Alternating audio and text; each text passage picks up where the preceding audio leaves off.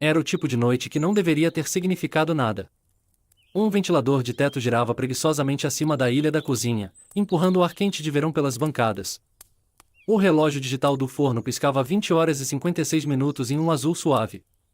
Lá fora, as luzes da rua zumbiam como insetos entediados, lançando sombras alongadas pelas persianas meio fechadas. O bairro estava desacelerando, lento e sonolento, como sempre fazia após o pôr do sol. Eu estava enxaguando uma taça de vinho, não porque precisava, mas porque dava às minhas mãos algo para fazer. O zumbido da máquina de lavar louça preenchia o silêncio atrás de mim. A casa estava limpa demais, silenciosa demais. O tipo de silêncio que você não percebe até que seja apontado, o tipo que parece deliberado. Então, a porta da garagem gemeu ao abrir. Seus passos vieram em seguida, leves, com aquele ritmo distinto de tênis no azulejo. Eu me virei, já forçando um sorriso. Aí está ela, eu disse. Minha voz soou estranhamente alta. Haley estava na porta, banhada pela luz suave do teto. Seu rabo de cavalo estava úmido de suor, suas bochechas coradas, as leggings grudadas nela como uma segunda pele. Em qualquer outro momento, eu poderia ter pensado que ela parecia radiante, mas algo em seus olhos fez minha garganta apertar. Oi, amor, ela disse, deixando a bolsa de ginástica ao lado da bancada. Ela se aproximou rapidamente, envolveu os braços em volta do meu pescoço e pressionou os lábios nos meus. Foi instintivo beijá-la de volta, e então me atingiu.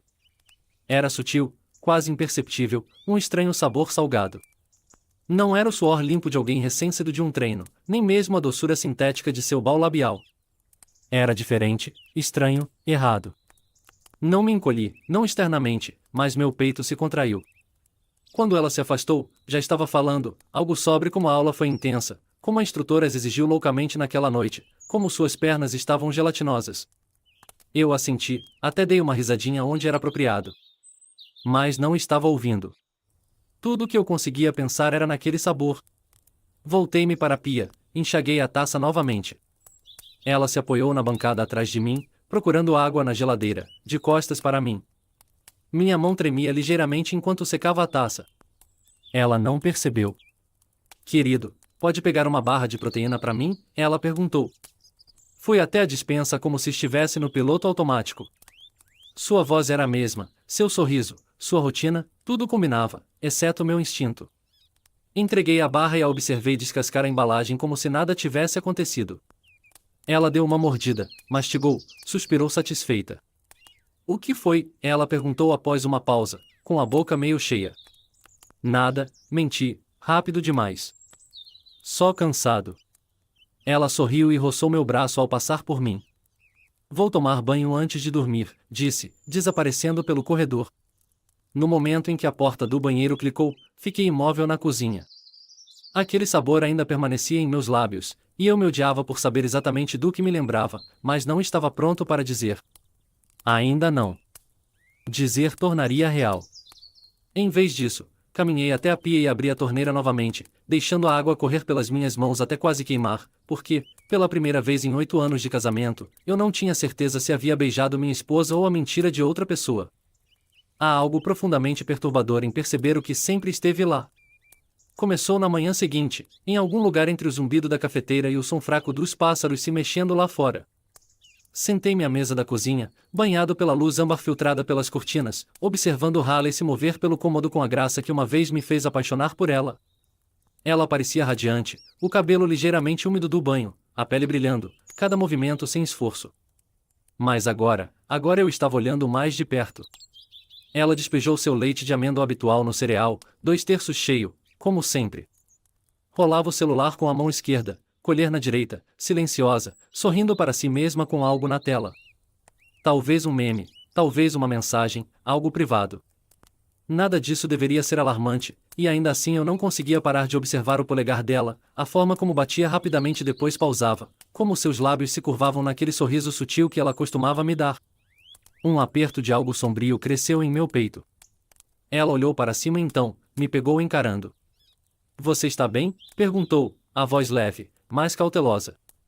Sim, eu disse. Dormiu bem? Como uma pedra. Ela esticou os braços acima da cabeça, deixando escapar um leve bocejo. A aula de ontem me destruiu completamente. Milímetro 1. Tomei um gole de café. Qual era mesmo? Ela piscou, um lampejo de algo nos olhos, talvez um cálculo. Durou menos de um segundo. Spinning com a Michelle, disse suavemente. Fizemos tipo 10 milhas em intervalos. Minhas coxas ainda parecem cimento. Eu sorri. Michelle, a louca? Ela riu. A única. Mas algo dentro de mim catalogava cada palavra. Eu nem sabia por quê, não completamente, ainda não, mas algo havia rachado, e agora minha mente escorregava por essa fenda como água através de vidro. Mais tarde, naquela tarde, estacionei no meu lugar no trabalho e fiquei no carro por mais tempo que o usual. Encarei o painel, não pronto para enfrentar o dia, não pronto para fingir que não havia provado algo errado na noite anterior. Abri meu celular, sem motivo real, só hábito, disse a mim mesmo. Só olhando. Toquei no nosso calendário compartilhado. A aula de spinning dela estava lá, como ela disse, mas havia sido adicionada apenas naquela manhã, às 6h12. Uma entrada colocada retroativamente. Meu coração bateu um pouco mais forte. Talvez ela tenha esquecido. Talvez não fosse nada. Talvez. Mas minhas mãos, firmes por natureza, já não estavam tão calmas. No almoço, me peguei repassando coisas na cabeça, como clipes de filme fora de ordem. Na última quinta-feira, ela disse que ia encontrar colegas de trabalho para um happy hour, mas voltou tarde, cheirando não a vinho, mas a colônia. 2 semanas atrás, ela de repente voltou a se importar com yoga, apesar de dizer por anos que não era sua praia. 3 noites atrás, ela usou uma lingerie nova na cama, mas apenas se virou para longe de mim e dormiu. Cada momento era uma alfinetada, e eu começava a me sentir como um homem coberto de feridas invisíveis. Naquela noite, assistimos TV juntos, algo bobo, uma comédia antiga que ambos gostávamos. Ela riu, encostou a cabeça no meu ombro, seus dedos traçando círculos preguiçosos no meu braço, como nos velhos tempos, como se nada tivesse mudado. Mas eu não conseguia me concentrar na tela, porque notei outra coisa, em um pequeno hematoma na lateral de sua clavícula, fraco, desbotando, mas ali. Ela me pegou olhando. O quê? Perguntou. Sacudi a cabeça, sorrindo o melhor que pude. Nada, só te admirando. Ela sorriu, beijou minha bochecha, voltou para o programa. E eu encarei o brilho da televisão, o coração batendo como um tambor lento e deliberado, porque não estava admirando ela. Estava tentando descobrir quem havia deixado sua marca. O silêncio entre nós havia mudado. Não era alto ou confrontador. Não crepitava como acontece quando casais brigam. Não, esse silêncio era cirúrgico, preciso, frio e limpo. O tipo de silêncio que se instala nos cantos de um cômodo e observa, estuda, espera. Na terceira manhã, parei de fingir que não notava. Haley estava no chuveiro, a água trovejava atrás da porta, um ruído branco para esconder sua voz enquanto cantarolava algo leve e esquecível. Fiquei no nosso quarto, encarando sua bolsa de ginástica como se fosse uma caixa trancada em um truque de mágico. Sua rotina havia se tornado estranhamente consistente demais. Mesma bolsa de ginástica, sempre colocada no banco ao pé da nossa cama. Mesma garrafa de água com tampa laranja. Mesma toalha azul marinho dobrada em 3. Essa ordem perfeita começava a parecer menos um hábito e mais um roteiro. E eu queria virar a próxima página. Ajoelhei-me e abri a bolsa lentamente, cuidadoso para não mexer nada que ela pudesse notar. Era basicamente o que você esperaria, em leggings, sutiãs esportivos, desodorante meio usado, barras de proteína e um frasco de perfume tamanho viagem. Mas então eu vi, escondido sob uma regata, um pequeno frasco de spray bucal. Não era a marca que ela normalmente usava. Menta e eucalipto, nada em comum, até que me lembrei do sabor daquela noite, aquele toque estranho e amargo por trás da menta. Era isso. Não apenas para refrescar o hálito, mas para mascarar algo. Não peguei. Nem toquei. Apenas olhei, como se ele estivesse sussurrando para mim, como se estivesse esperando para ser descoberto. A água parou. Fechei a bolsa e a devolvi ao seu lugar exato, justo quando a porta rangeu ao abrir. Ela saiu enrolada em uma toalha, vapor a seguindo como fumaça. Você acordou cedo, disse, secando o cabelo com a confiança de alguém que acreditava ainda estar invisível. Não consegui dormir, sorri de leve. O café está passando. Ela assentiu. Você é o melhor. Ao passar por mim, senti um aroma, não o perfume que ela sempre usava, mas algo mais profundo, almiscarado, o tipo que gruda quando corpos ficam muito próximos por muito tempo. Meu peito apertou, mas meu rosto permaneceu imóvel, porque eu não estava reagindo. E estava registrando. Naquele dia no trabalho, sentei-me à minha mesa, encarando planilhas que não conseguia ler. Números se misturavam, gráficos de pizza se tornavam formas sem sentido. Cliquei entre abas como se isso pudesse limpar meus pensamentos. Então abri uma nova janela no navegador, câmera espiã miniatura, instalação em carro, gravador de voz, aplicativo de clonagem de celular, avaliações. Os resultados encheram a tela como confissões. Meus dedos hesitaram, pairaram. Esse não era eu. Eu era o homem que confiava, que construía, que nunca bisbilhotava, nunca suspeitava. Mas aquele homem beijou sua esposa e provou o eco de outra pessoa. Então encomendei a câmera e o gravador, entrega no dia seguinte. Na noite seguinte, enquanto Halley estava no banho, entrei na garagem. O carro dela estava lá, silencioso, coberto de poeira e inocência.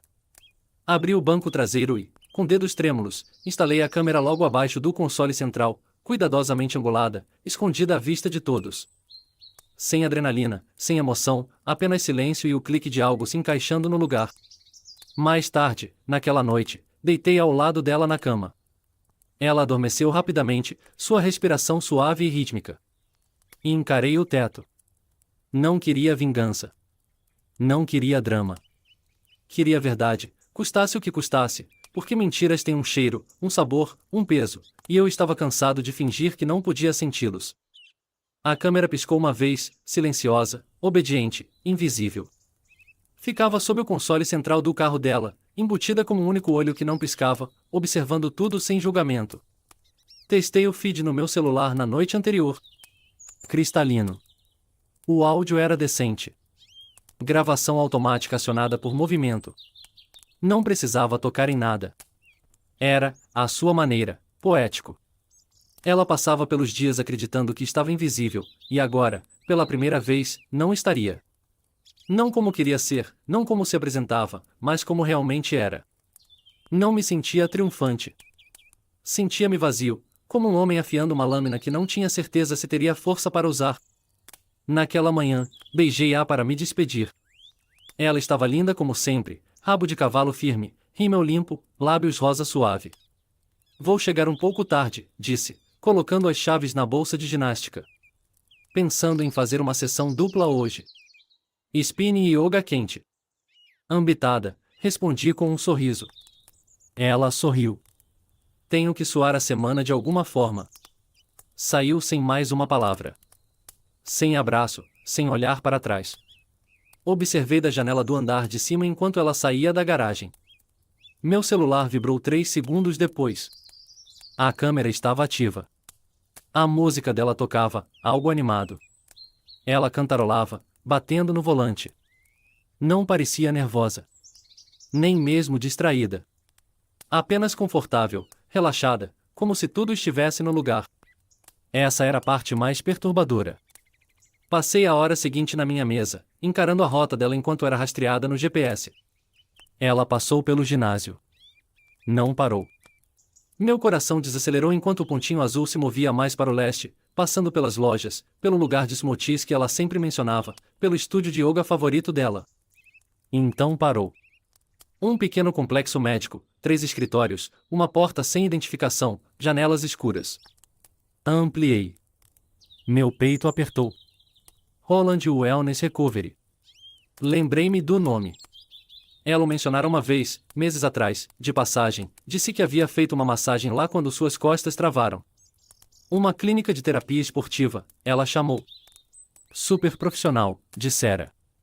Profissional, certo. A câmera me deu um ângulo borrado do estacionamento, então sua voz. Oi, você, disse, leve e provocadora. Sentiu minha falta? Uma voz masculina respondeu. Sempre. O rosto dele nunca apareceu na tela, apenas uma mão, bronzeada, calejada, descansando brevemente na coxa dela enquanto ela se sentava. O tipo de toque que não era novo, que não pedia permissão, que não se desculpava. Ela riu. Quase não consegui escapar dessa vez. Ele estava acordado cedo. Ele Esse era eu. Recostei-me na cadeira, a sala de repente quente demais. Meus ouvidos zumbiam com sangue. O resto da filmagem era abafado. Algumas risadas, o farfalhar de roupas, embora eu não pudesse ver. Um longo silêncio, então a voz dela novamente, distante agora, suave, mais clara. Ele não tem ideia, disse, como um fato, como uma piada, como se eu fosse uma criança brincando de faz de conta enquanto os adultos falavam em código ao meu redor. Quando o feed cortou, a câmera parou para economizar bateria. Sentei em silêncio, celular na mão, o pulso desacelerando para algo frio e preciso. E isso não era mais suspeita. Não era dúvida. Era confirmação. Ela não estava escorregando. Estava dançando, e eu acabará de acender a primeira chama silenciosa sob as tábuas do seu pequeno palco perfeito. Não dormi naquela noite, não por falta de exaustão. Meu corpo implorava por descanso, mas minha mente havia mudado para uma marcha que eu não sabia que existia antes. Uma marcha mais fria, mais afiada, que não chorava, não gritava, não xingava. Calculava. Raiva é bagunçada. É fogo, vidro quebrado e gritos no vazio. E fogo queima rápido demais. Devora evidências. Eu não queria fogo. Queria precisão. Sentei à mesa da cozinha, observando o vapor da minha caneca de café intocada subir como um fantasma. Lá fora, o céu começava a clarear, roçando as bordas das árvores com uma luz de amanhecer relutante. Haley dormia lá em cima, pacificamente, imaginei, esparramada na nossa cama como se fosse dona dela, como se nada estivesse se desfazendo. Desbloqueei meu celular e abri a pasta que criei na noite anterior. Roland 19 horas e 42 minutos, clipe de áudio 1. Roland 19 horas e 58 minutos, clipe de vídeo, mudo. Mapa de rastreamento GPS, capturas de tela. 3 logs de texto. Ele não tem ideia, com carimbo de hora. Cada arquivo era um fio. Sojinhos, talvez inofensivos. Juntos, eram uma corda. Às 9 da manhã, eu estava no trabalho. Meu corpo movia-se no piloto automático. Saudações, e-mails, reuniões. Sorri quando necessário, assenti nos momentos certos. Ninguém notou a mudança por trás dos meus olhos. Ninguém nunca nota até que seja tarde demais. Durante o intervalo do almoço, fiz uma parada no terceiro andar, assuntos jurídicos. Não tinha caso, não tinha consulta, apenas algumas perguntas para um amigo. Hipóteses, eu disse, sobre direitos de privacidade, vigilância, lei matrimonial, divisão de bens. Saí com uma pasta de folhetos e um olhar cúmplice da assistente que fingiu não entender o subtexto. No estacionamento, sentei no carro, porta aberta, o calor invadindo. Encarei o prédio do outro lado da rua, um escritório atarracado com fachada de vidro e uma placa minimalista que dizia Roland Wellness Recovery. Sem câmeras de segurança do lado de fora. Sem recepcionista visível pela frente. Apenas janelas escuras e silêncio. Tirei algumas fotos com meu celular. A placa, o número da licença do SUV preto estacionado no mesmo lugar do vídeo. Eu o vi antes, no feed da câmera do painel dela. O carro dele. Suas impressões digitais, entregues a mim sem saber. Eu ainda não sabia muito sobre Devon Roland, mas ele estava prestes a se tornar o homem mais dissecado num raio de 5 milhas. Naquela noite, em casa, Haley já estava na cozinha, cortando legumes. Havia música tocando, algo animado, francês, como se estivéssemos em um café em vez de um casamento em ruínas. Oi, estranho, disse, sorrindo por cima do ombro. Você chegou cedo. Beijei sua bochecha. A pele dela estava quente. Pensei em te surpreender. Ela sorriu, alheia. Boa surpresa. Estava pensando que podíamos fazer uma noite de cinema. Perfeito. Era. Uma oportunidade perfeita. Observei-a enquanto comíamos, cada movimento, cada expressão. Ela perguntou sobre meu dia, sobre um colega de quem ela mal lembrava. Respondi, calmo, casual. Mas por dentro, eu estava escrevendo o final. Após o jantar, ela recolheu os pratos. Servi vinho para nós. Sentamos no sofá, pernas entrelaçadas, a tela brilhando com uma comédia romântica que ela escolheu. Ela riu nos momentos certos, tocou minha mão. Desempenhou seu papel lindamente. Mas eu li o roteiro agora, e já estava reescrevendo. A poeira não assentou de uma vez.